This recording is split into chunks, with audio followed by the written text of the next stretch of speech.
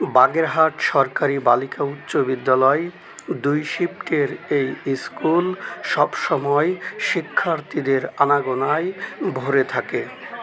আজ আমরা সিলেটে যাব এই স্কুল থেকে এক ঝাঁক তরুণ শিক্ষক। আমরা চলে এলাম ফাল্গুনী পরিবহনের কাউন্টারের কাছে।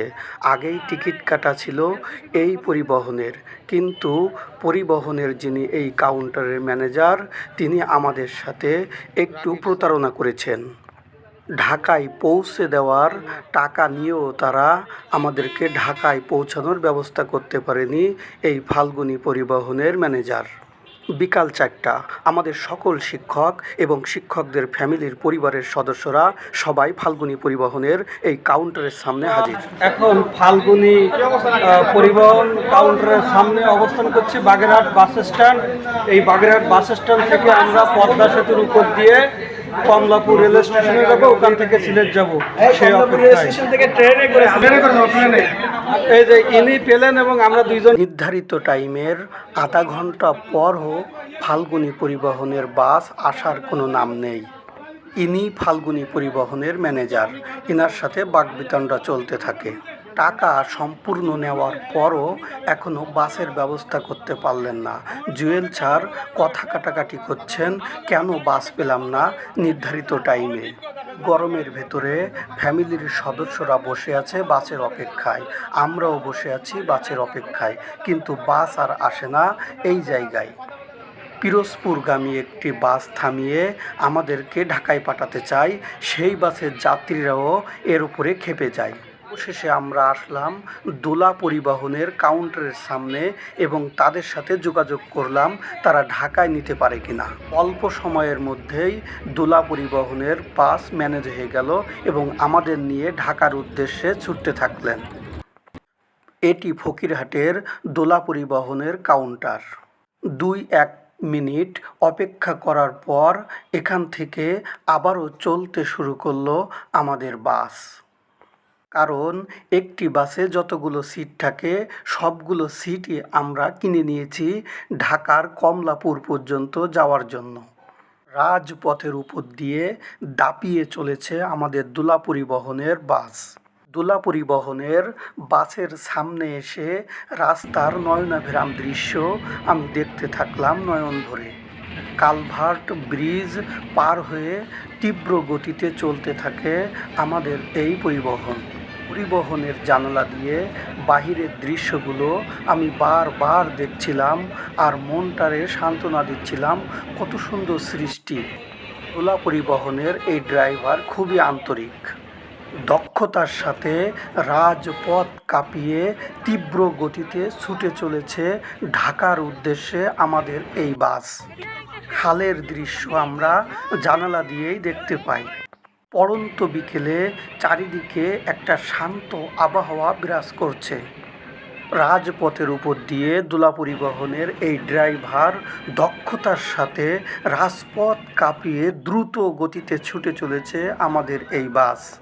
বাগেরহাট থেকে মাত্র ৩ থেকে ৩.৫ ঘন্টার ভেতরে আমাদেরকে পৌঁছে দেওয়ার দায়িত্ব নিয়েছেন এই দোলা পরিবহনের ড্রাইভার।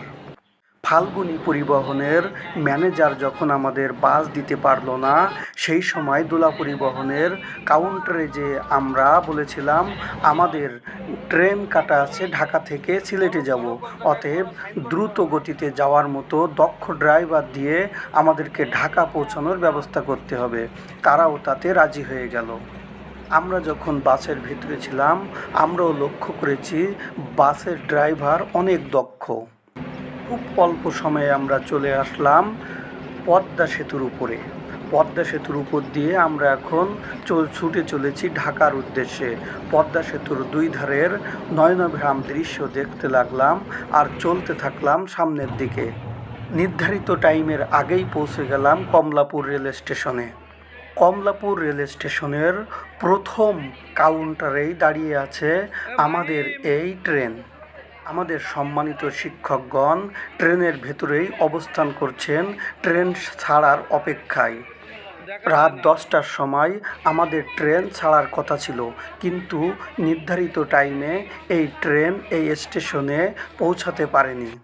ট্রেন আসলো, আমরা ট্রেনে উঠে বসলাম, সবাই ছাড়ার অপেক্ষায় প্রহর গুনতে থাকলাম, কিন্তু আমাদের ট্রেন আর চলে না। আমরা অতিষ্ঠ হয়ে গেলাম এই গরমের ভেতরে কখন ট্রেন ছাড়বে। আমাদের লাগেজ, মালপত্র যা কিছু ছিল সব কিছুই আমরা ট্রেনের ভেতরে তুলে অপেক্ষা করতে থাকলাম কখন ট্রেন ছাড়বে। 2.5 ঘন্টা বসে থাকার পর আমাদের ট্রেন এখন চলতে শুরু করলো। ট্রেনের জানালা দিয়ে বাহিরের দৃশ্য দেখছিলাম। নীল আকাশের নিচে সবুজ ক্ষেত, দেখতে খুবই চমৎকার লাগে। নানা রকম ফসলপাতি কৃষকেরা আবাদ করেছেন, যা ট্রেনের জানলা দিয়ে বাইরে তাকালে খুব সুন্দরভাবে দেখা যায়। ফসলের জমিতে অল্প অল্প পানি, কৃষকেরা এই জমিতে চাষ করবেন। ট্রেনের জানালা দিয়ে বাইরে তাকালে এমন দৃশ্যই দেখা যায়। আমাদের ট্রেন যাত্রী নেওয়ার জন্য এই প্ল্যাটফর্মে অল্প কিছুক্ষণের জন্য থামলো, তারপর আবার চলার জন্য প্রস্তুতি নিল। যাত্রীরা ট্রেনে ওঠার জন্য ছোটাছুটি করছে, দ্রুত গতিতে ট্রেনের দিকে ধেয়ে আসছে। আকাশে কালো মেঘ, কখনো থেকে থেকে বৃষ্টি পড়ছে। ট্রেনে ভ্রমণ করলে কষ্টকে খুব একটা কষ্ট মনে হয় না। মনে হয় বাড়ি ফ্যানের নিচে চেয়ারে বসে আছি, এমনটি মনে হয়। স্টেশন থেকে ধীরে ধীরে আমাদের ট্রেন আবার চলতে শুরু করলো আমাদের গন্তব্য সিলেট। এখন আমরা দেখছি যাত্রীদের কিছু দৃশ্য, স্টেশনের যে চিরাচরিত চিত্র তাই আমাদের সামনে ধরা পড়ছে। আপনি যদি রেল স্টেশনে যান তাহলে এমন দৃশ্যই দেখবেন। ট্রেনের জানালা দিয়ে আমি প্রত্যেকটা জিনিস নিখুঁতভাবে দেখার চেষ্টা করছি। বইয়ের সাদা পৃষ্ঠায় কালো অক্ষর যে জ্ঞান দেয়, তার চেয়ে 1.5 গুণ জ্ঞান বেশি দেয় এই নতুন করে দেখা এই পৃথিবী। সৃষ্টিকর্তা আল্লাহ তাআলার এত অপরূপ সৃষ্টি আর বৈচিত্র্যময় নিদর্শন দেখতে দেখতে আমরা আবারও ছুটে চললাম সামনের দিকে। এক এক এলাকার চিত্র এক এক রকম, নানা রকম স্বাদের, নানা রকম গন্ধের আর নানা প্রকারের মানুষে এই বাংলাদেশ ভরা। এদেশের মানুষের মন মেজাজ ও নানা রকমের হয়ে থাকে। কখনো তীব্র রাগে ক্ষেপে যায়, আবার কখনো বা ওই ব্যক্তি মাথায় হাত বুলিয়ে আদর করে দেয়। এদেশের মাটি যেমন সূর্যের আলো পেলে শক্ত হয়ে যায়, তেমনি বৃষ্টি পেলে খুবই নরম হয়ে যায়। আর সেই গুণ ধারণ করছে এদেশের মানুষ। অল্প কথায় রেগে যায়, আবার অল্পতেই খুশি হয়ে আদর করতে থাকে। এখন ভোরবেলা, মানুষের আনাগোনা স্টেশনের দিকে এভাবেই চলছে। ট্রেনের জানালা দিয়ে কখনো বস্তি ঘর, কখনো দালান কোঠা, কখনো রাস্তা, আবার কখনো বাজার দেখতে পাই। খুবই সকাল, তাই এখনো দোকানপাট অনেক জায়গায় খোলেনি। যে ট্রেনের জানালা দিয়ে প্রকৃতির নয়নাভিরাম দৃশ্য উপভোগ করতে করতে আমরা সামনের দিকে চলতে থাকলাম। গ্রাম বাংলার অপরূপ সৌন্দর্য আমার দুচোখে ধরা পড়ছে। এক সুন্দর দৃশ্য ধারণ করছে আমার এই ক্যামেরা। বর্ষাকাল থাকায় গাছপালাগুলো পানি পেয়ে অনেক আনন্দিত, সিক্ত আর সবুজে ভরে গেছে। পাতাগুলো সজীবতা দেখা যাচ্ছে। আমরা নানা রকম ফলের গাছও দেখতে পাই এই ট্রেনে বসে।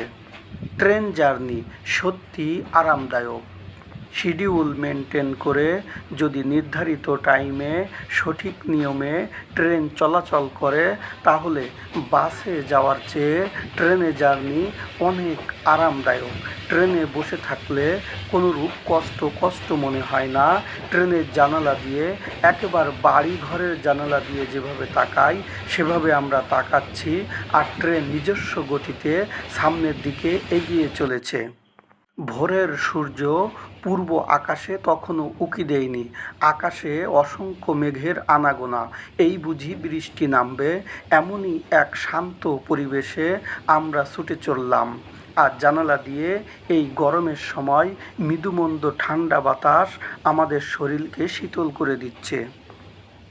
বেঁচে থাকার তাগিদে মানুষ ছুটে চলে এক জায়গা থেকে অন্য জায়গায়, দেখতে থাকে নানারূপ বৈচিত্র্যময় দৃশ্য। মানুষ জাতির সৃজনশীলতায় এই মাটির জমিনে ফলে সোনার ফসল। বাংলাদেশের মাটিকে বলা হয় খাঁটি সোনার চেয়েও খাঁটি। আমি যখন এই ট্রেনে বসে আছি, এই জানলা দিয়ে নয়নাভিরাম দৃশ্য দেখছি, তখনই মনে পড়ছে এই মাটিতে যেই বীজই পড়ে সেই বীজ থেকে চারাগাছ জন্মে। কোনো এক পাখি হয়তোবা কোনো এক ফল খেয়ে তার আঁটিটা মাটিতে ফেলে দিচ্ছে, আর সেখানেই চারা জন্মাতে শুরু করেছে। আমাদের মাটি এমন উর্বর মাটি, এ মাটিতেই যেখানে তাকানো যায় সেখানেই দেখা যায় নানা রকম ফসল ফলে আছে মনের অজান্তেই। ট্রেন জার্নি সত্যি আরামদায়ক আর মজাদার। উপভোগ করা যায় জানলা দিয়ে বাইরের দৃশ্য, আর বসে থেকেও ক্লান্তি অনুভব হয় না। মৃদুবন্ধ বাতাস জানলা দিয়ে গায়ের ওপরে লাগে। কৃষকের এই ধানের ক্ষেতে ধান রোপণ করেছে। এই ধান বাড়বে, তারপরে এই ধান থেকেই তারা তাদের খাদ্যশস্য পেয়ে যাবে। পরম যত্নে লাগানো এই ধান গাছগুলো দেখে মনটা ভরে গেল। নানা রকম দৃশ্য দেখছি আর ভাবছি কি বৈচিত্র্যময় এই পৃথিবী। এক এক জায়গায় এক এক রকম দৃশ্য আমার চোখে ধরা পড়ছে। জমিতে এখনও ধানের চারা রোপণ করা হয় নাই। ধানের চারা রোপণ করার জন্য কৃষক জমি তৈরি করে রেখে দিয়েছে। হয়তোবা অল্প দিনের ভেতরেই এই পড়ে থাকা জমিতেই ধানের চারা রোপণ করবে। কোথাও রোপণ করা আছে, কোথাও রোপণ করা নেই। চোখের সামনে এক বিশাল খোলা মাঠে কৃষকদের কর্মযজ্ঞ। আগেই বলেছি, ভোরের সূর্য এখনও পূর্ব আকাশে উঠেনি, তাই কৃষকেরা এখনও মাঠে আসেনি। মাঠের জমিগুলো যেন কৃষকের অপেক্ষায় অপেক্ষমান। বিশাল ফাঁকা মাঠ আমার চোখের সামনে, দেখে মনটা ভরে যায়। আল্লাহ তাআলার এই অপরূপ সৃষ্টি সবই জন্য তার বান্দার জন্য করে রেখেছেন। পৃথিবীর সব কিছু আল্লাহ তাআলা এই মানুষের জন্যই সৃষ্টি করেছেন, আর মানুষকে সৃষ্টি করেছেন আল্লাহ তাআলার ইবাদতের জন্য। যেটা সূরা জারিয়াতের 56 নম্বর আয়াতে তিনি বলেছেন, ওমা খলাকতুল জিন্না ওয়াল ইনসা ইল্লা লিয়াবুদুন। আমি মানুষ আর জিনকে সৃষ্টি করেছি শুধুমাত্র আমার ইবাদত করার জন্য। দেখতে দেখতে আমরা এখন চলে আসলাম চা বাগানে। চা বাগানের ভিতর দিয়ে চলছে এখন আমাদের এই ট্রেন। দুই ধারে চা বাগান আর মাঝখান দিয়ে আমাদের ট্রেন চলছে। চা বাগানের এই অপরূপ দৃশ্য, কত ফাইন সৌন্দর্যময় এই চা বাগান। নিপুণ হাতে গড়ে তোলা এই চা বাগানের প্রত্যেকটা পাতায় যেন মালিকের ছোঁয়া থাকে, শ্রমিকের ছোঁয়া থাকে, আর তার ছোঁয়ায় আমরা এক কাপ চা পেতে পারি। চেয়ারে বসে খুব চুমুক দিয়ে চা খাওয়ার সময় এই দৃশ্যগুলো পরে মনে উঠবে। ছোট ছোট টিলা, আর তার উপরেই সাজানো গোছানো এই চা বাগানের শ্রমিকরা এখনও চা বাগানে আসেনি। খুব সকালে আমরা দেখতে দেখতে চলতে থাকলাম সিলেটের দিকে। ছোটবেলায় ছাত্র থাকাকালীন সময়ে জার্নি বাই ট্রেন নামে ইংরেজি রচনা পড়েছিলাম। সেই রচনায় আমরা অনেক কাহিনী লিখতাম, ট্রেন ভ্রমণের মজাদার সব কথা লিখতাম। কিন্তু আজ আমি নিজ চোখে এই দৃশ্যগুলো দেখছি। যদিও কমলাপুর রেল স্টেশন থেকে সাতক্ষীরার উদ্দেশ্যে আমি বহুবার ট্রেনে এসেছি, যদিও সাতক্ষীরা পর্যন্ত রেল স্টেশন নেই, তাই যশোর পর্যন্ত অথবা কখনো কখনো খুলনা পর্যন্ত ট্রেনে যেতাম, তারপর সেখান থেকে বাসে যেতাম। স্টেশনে থামতেই ট্রেনের বাইরে চলে আসলাম, আর ট্রেনের বাইরে এসে আমি ট্রেনের দৃশ্য নিতে থাকলাম। যাত্রী নেওয়ার জন্য ট্রেন এখানে থেমেছে, আর আমি থেমেছি ট্রেন দেখার জন্য। আন্তনগর এই ট্রেন যাত্রী নেওয়ার জন্য এখানে দাঁড়িয়ে আছে। উজ্জমান স্যার আর আমি জানলা দিয়ে দেখছি ট্রেনের বাহিরের দৃশ্য। ছোট্ট কুড়িঘরের সামনে ধান ক্ষেতের মাঠ, অপরূপ দৃশ্য। পর বহুতল বিল্ডিং, এভাবেই দৃশ্য আমাদের সামনে ভেসে উঠতে থাকে, কখনো পাকা দালান, কখনো টিনের ঘর। এর ভেতরে আমরা সারা রাত জার্নি করে সকালেও যেন ক্লান্তি অনুভব করছি, তাই এভাবেই আছি। বাহিরের দৃশ্য দেখার জন্য আমার চোখের ঘুম আর চোখে যেন আসছে না। দু চোখ ভরে বাইরের এই নয়নাভিরাম আল্লাহ তাআলার অপরূপ সৃষ্টি দেখতে থাকলাম। আমাদের পাশ দিয়ে আরেকটি ট্রেন যেন চলে আসলো। জার্নি বাই ট্রেন সত্যি আরামদায়ক। একটু অপেক্ষা করেই আমাদের পাশে থাকা যে ট্রেনটি দাঁড়িয়েছিল তা চলতে শুরু করলো এবং আমাদের ট্রেনকে ক্রস করে চলে গেল, আর আমরা স্টেশনে থেকে বাহিরের দৃশ্য দেখতে থাকলাম। এই মানুষগুলো এখন ট্রেনে উঠবে, আর তারই জন্য তারা এদিকে ওদিকে ছোটাছুটি করছে কোন বগিতে আছে তাদের সিট। খুব সকালবেলা, এখনও হকারেরা ট্রেনে ওঠা শুরু করেনি। ঢাকা থেকে সিলেটগামী ট্রেনে যদি কেউ আসেন তাহলে এই দৃশ্য তাদের জন্য একেবারে রুটিন মাফিক। এই দৃশ্য সব সময় দেখা যায়। আমরা এখন কোলাউড়া স্টেশনে দাঁড়িয়ে আছি। কোলাউড়া স্টেশনের এই নয়নাভিরাম দৃশ্য দেখতে দেখতে আবার খুব ধীর গতিতে ছুটে চলল আমাদের ট্রেন জার্নি যখন শুরু হয় তখন আস্তে আস্তে থাকে, তারপর দ্রুত গতিতে সামনের দিকে ধেয়ে যায়।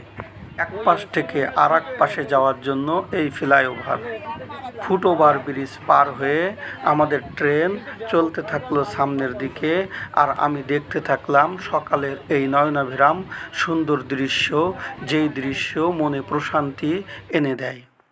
সবুজ দৃশ্য চোখের জন্য প্রশান্তি এনে দেয়। মৃদুমন্দ ঠান্ডা বাতাস আর এই সবুজ পরিবেশ আপনাকে শান্ত করতে যেন প্রকৃতি বাধ্য করে।